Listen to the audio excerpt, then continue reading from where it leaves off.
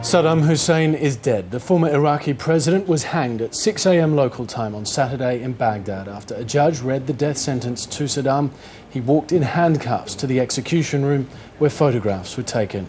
Witnesses say he did not resist and carried a copy of the Quran, which he asked to be given to a man he called Banda. Then the sentence was carried out. Saddam Hussein al-Tikriti was both respected and reviled at home and abroad.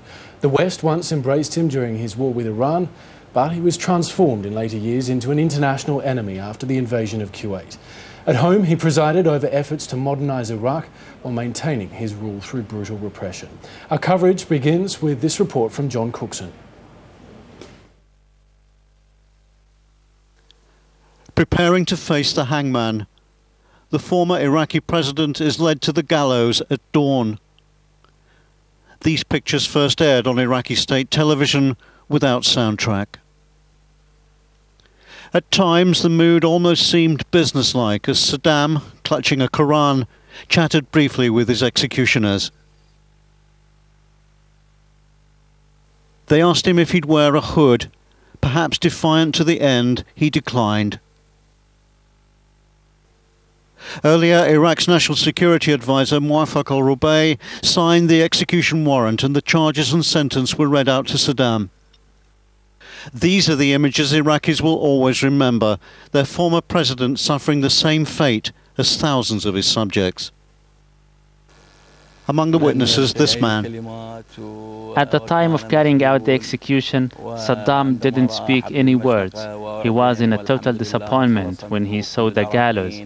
He was executed and all the Iraqis got rid of this tyrant. I witnessed him lying dead inside the ambulance. He was wearing the black suit and white shirt, the same clothes he used to wear during the court hearings a few days ago. He was lying on his front. He was covered in a sheet.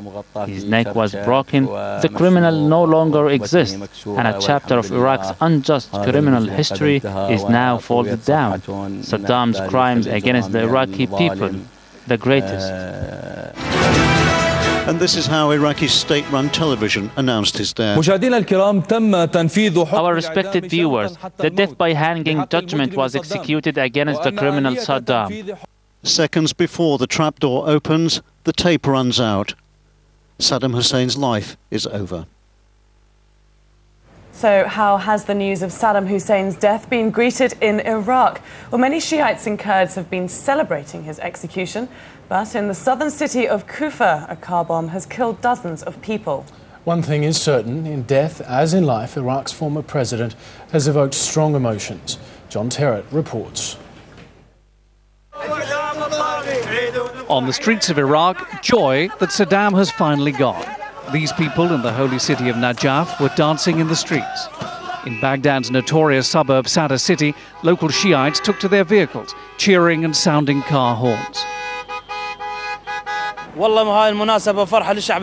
This is a moment of joy for the Iraqi people. It is a double delight, the execution and the Eid, simply because of what he inflicted on the Iraqi people.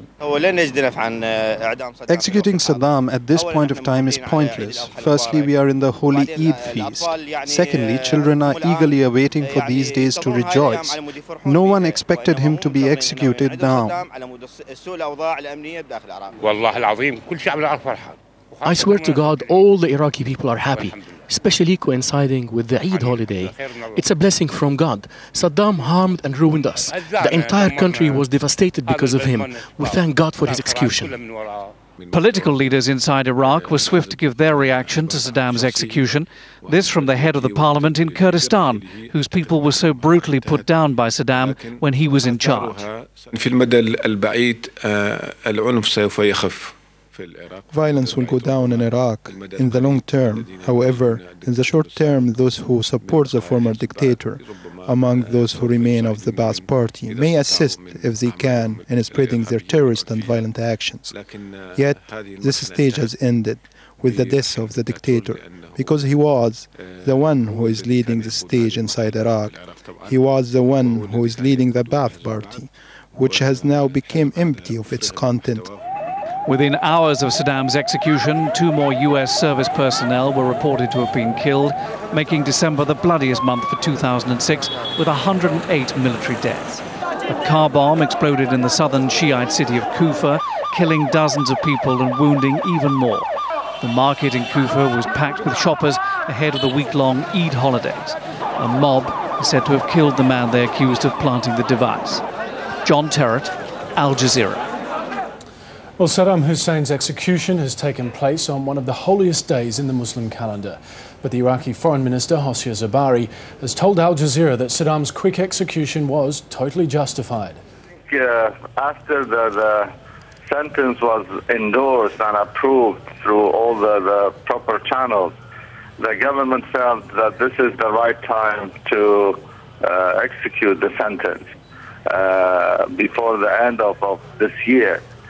And according to the timeline that was set, I mean, he should have been executed within 30 days. And the moment that verdict was published in the official Gazette, so it was very clear that it will happen very soon. Well, reaction to the hanging of Saddam Hussein has been coming in from all over the world. US President George Bush says his death will not end the violence in Iraq. Al Jazeera's Alan Fisher reports. Tonight, we thank everybody helping us and sharing us our celebration of the death of Saddam. News of Saddam's execution came late at night in the USA, but sparked celebrations among Iraqi Americans. Dearborn in Michigan is home to one of the largest concentrations of Iraqis outside the Middle East.